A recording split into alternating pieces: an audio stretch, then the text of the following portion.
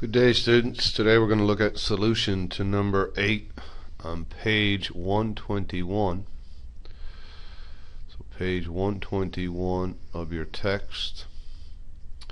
Your booklet is book 1, but it's chapter 2. And we're asked to solve this by substitution. So solve a system of equations by substitution.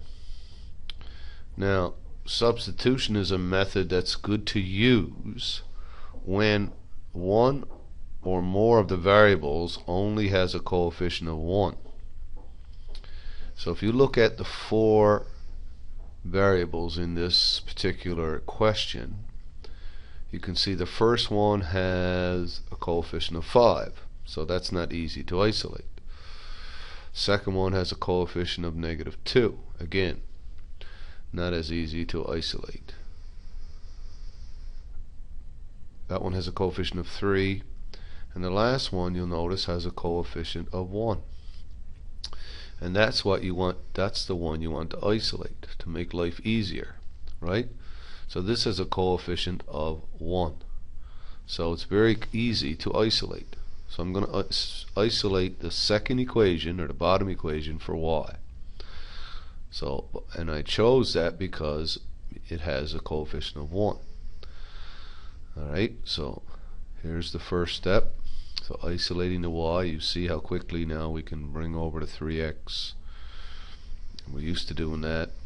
And there, now you have y isolated. So any one of the 4 variables you can isolate, but that's the easiest one. So that's y right there, -3x minus 14. Now, your objective then is to substitute that, right? This is the part you're going to sub into the other equation. Make sure you go back to the other equation, not the same equation, for the variable you isolated. So in this case, substitute in the other equation for y. So our other equation is what? It's 5x minus 2y equals -5. So we're going to take out this y,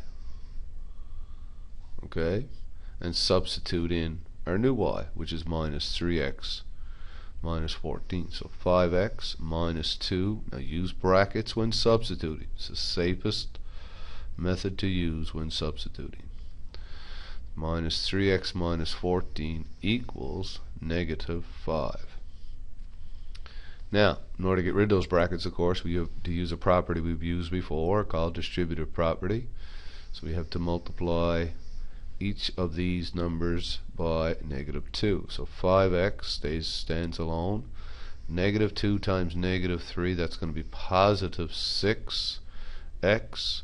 -2 times -14, that's positive again, 28, equals -5.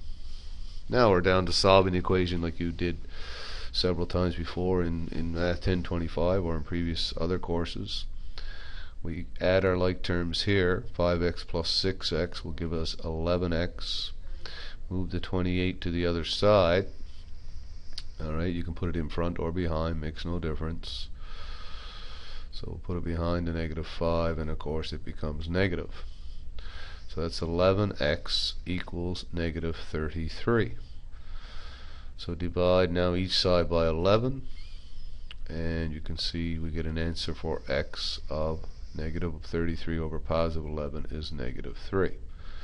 So we have part of our answer. X is equal to -3. Now, how do we find the other variable? How do you find the value of y? Well, in this case, we'll take the value of x and repeat substitution, but we're going to substitute it back into where y is already isolated. So take -3 and sub it in here, right? Sub x equals -3 into this part of the equation where you've had y already isolated.